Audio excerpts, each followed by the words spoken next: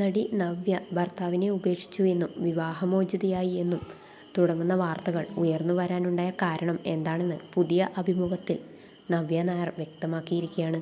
ഇതുവരെ വന്ന വാർത്തകളിൽ ഒന്നും തനിക്ക് യാതൊരു കുഴപ്പവുമില്ലെന്നും നടി സൂചിപ്പിച്ചു. സോഷ്യൽ മീഡിയകളുടെ നിലനിൽപ്പിൻ്റെ ഭാഗമായിട്ടാണ് വിവാഹമോചന വാർത്തകൾ പുറത്തുവരുന്നത്. അത്തരം വാർത്തകൾക്ക് വാല്യവും ആവശ്യക്കാരും ഉണ്ടെന്ന് കാണുമ്പോൾ അവരത് ചെയ്യുകയും ചെയ്യും. കൗതുകമുള്ള വാർത്ത ആയതുകൊണ്ട് മറ്റുള്ളവർ കയറി കാണുകയും ചെയ്യും. മകൻ്റെ പിറന്നാളിനും വണ്ടി വാങ്ങിയപ്പോഴും എൻ്റെ പിറന്നാളിനും ഭർത്താവ് ഉണ്ടായിരുന്നില്ല.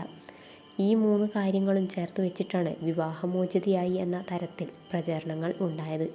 അത് കഴിഞ്ഞ് ചേട്ടൻ്റെ വീട്ടിലെ കാവടി വന്നപ്പോൾ ചേട്ടനും അമ്മയും മോനും കാവടി എടുത്തിരുന്നു.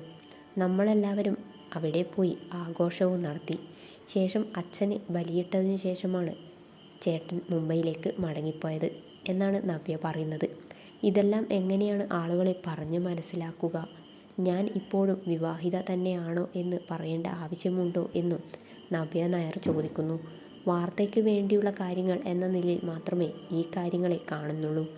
ആരും എന്നെ മോശക്കാരിയാക്കാൻ വേണ്ടി കരുതിക്കൂട്ടി വാർത്തകൾ ഇടുന്നതാണെന്ന് കരുതുന്നില്ല. ഇതിനു പിന്നിൽ ഒരു ലോബി പ്രവർത്തനം ഒന്നും നടക്കുന്നതായി കാണുന്നുമില്ല.